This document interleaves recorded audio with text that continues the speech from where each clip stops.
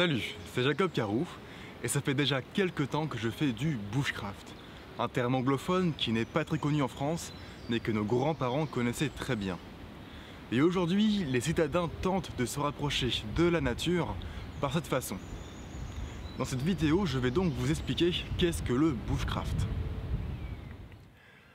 Le terme vient de Nouvelle-Zélande et d'Afrique du Sud, où les gens, habitant dans la brousse, le bush, utilisaient des techniques pour vivre dans la nature, le craft. Cela signifie littéralement l'art de la brousse. Mais aujourd'hui, le bushcraft ambitionne l'apprentissage d'une vie prospère en pleine nature, avec l'acquisition de compétences plus ou moins anciennes pour y parvenir. En gros, c'est faire avec la nature en utilisant ses mains. Donc vous allez me dire, c'est comme le scoutisme, le camping ou la survie. Ça s'en rapproche, mais ce n'est pas exactement ça. Allez, je vais vous montrer ce qu'on aime faire. Comme tout amoureux de la nature, on aime se balader et s'orienter en forêt pour découvrir des merveilles, de jour comme de nuit. Il n'y a rien de plus relaxant qu'un petit dodo au milieu des arbres. C'est pour ça qu'on y fabrique des abris naturels, en utilisant du bois mort et tout ce qui nous entoure. Que ce soit des feuilles mortes, quelques branches de sapin, si un arbre est tombé, ou des écorces d'arbres. Quand il y a trop peu de ressources, ou qu'il s'agisse d'un bivouac, on préfère le hamac, ou une simple bâche qu'on appelle tarpe. Il est pratique car léger, simple et proche de notre environnement. Ensuite, on aime bien se servir de nos outils, comme la scie, le couteau, la hache et autres, en toute sécurité. Ça nous permet de construire des choses avec ce que la nature nous apporte, en préférant le bois mort, pour ne pas trop impacter notre environnement. On a ainsi notre couvert, des tasses, du mobilier et tout notre confort. Que faire sans l'indispensable feu? Il existe des centaines de méthodes pour allumer un feu.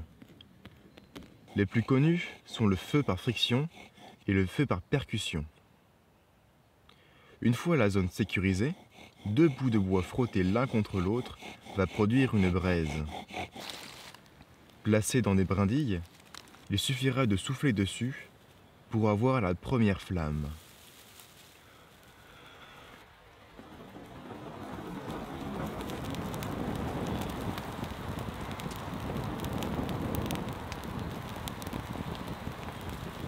Le briquet à silex consiste à frapper de l'acier trempé contre du silex.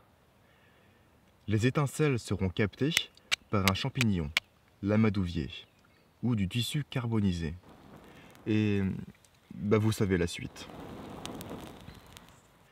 Des connaissances en plantes sauvages sont toujours appréciées, que ce soit pour se soigner soi-même ou pour les consommer.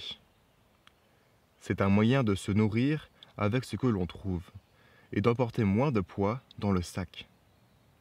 En plus, ces plantes cueillies sur le moment apportent beaucoup de bienfaits à votre organisme et sont très bonnes pour votre corps. Je ne parlerai pas de chasse ni de pêche à cause des nombreuses polémiques et du fait qu'un permis est obligatoire. Toutefois, je considère qu'une bonne connaissance en faune sauvage est essentielle à la compréhension de la forêt, même si ce n'est que de la simple observation. Une fois nos récoltes faites, quel plaisir de les cuisiner.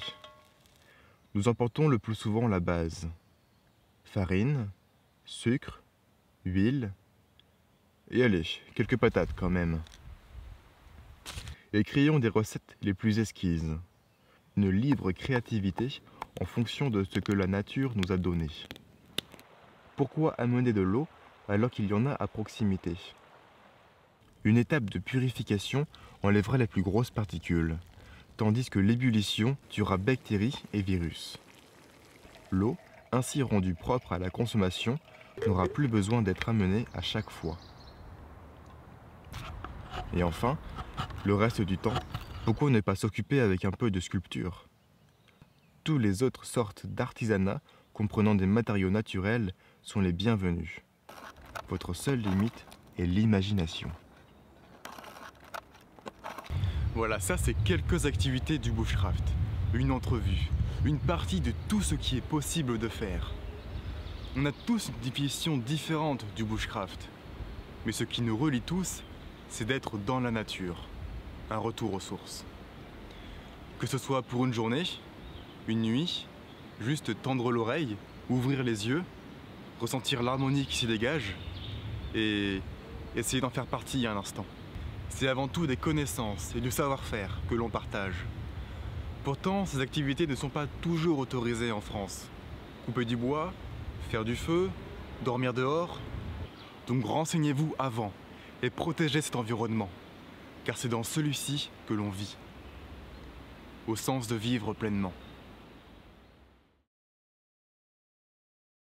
Bref, ça tente, parce qu'il y a plein de vidéos sur le sujet. Et ce sera l'occasion de ressortir dehors. À bientôt.